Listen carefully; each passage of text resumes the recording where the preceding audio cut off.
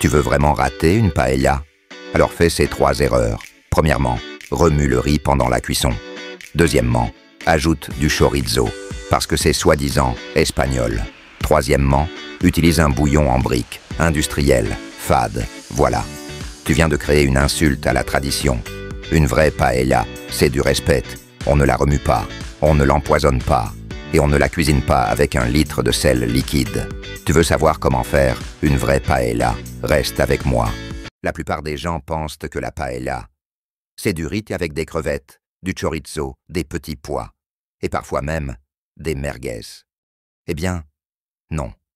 La vraie paella, celle de Valence, n'a jamais vu une rondelle de chorizo. Elle ne vient pas de Barcelone, ni de Madrid, et encore moins d'un plat à emporter réchauffé au micro-ondes. La paella, la vraie, c'est un feu de bois, un grand plat en fer, et des gens autour qui prennent le temps. C'est une tradition vivante, un art de vivre, presque une religion.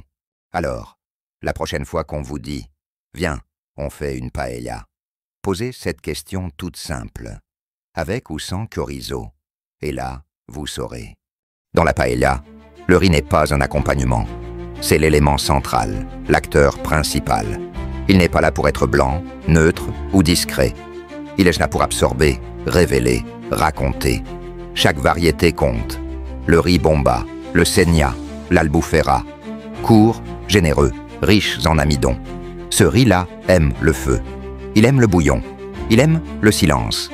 Et s'il est bien traité, il te donne un trésor au fond du plat, le socara. Cette fine croûte dorée, croustillante, presque caramélisée. C'est là que la magie opère. Le riz, c'est bien plus qu'un ingrédient. C'est l'or blanc de la Méditerranée. Tu crois connaître la paella, mais tu ne connais pas l'accident qui a créé sa cousine rebelle, la fideuà. Un jour, en mer, au large de Gandia, un cuisinier embarqué sur un bateau de pêche veut préparer une paella. Il a tout, le poisson, le bouillon, le feu, mais il a oublié le riz. Pas question de rentrer les mains vides. Il prend ce qu'il a, des fideos, ces petites vermicelles, en pâte. Il les jette dans la poêle brûlante. Et là, au milieu des vagues, de la fumée, du sel et du soleil, une légende est née, la fideuà. Pas une copie, pas une variante, une création sauvage, née d'un oubli, devenue un monument. Chorizo, merguez, petits pois, et environ 43 autres ingrédients non identifiés. Ce que vous allez voir n'est pas une paella. C'est une scène de crime culinaire. Dossier numéro 1, la paella Frankenstein. Une explosion de tout, sauf de tradition. Dossier numéro 2, la paella florale.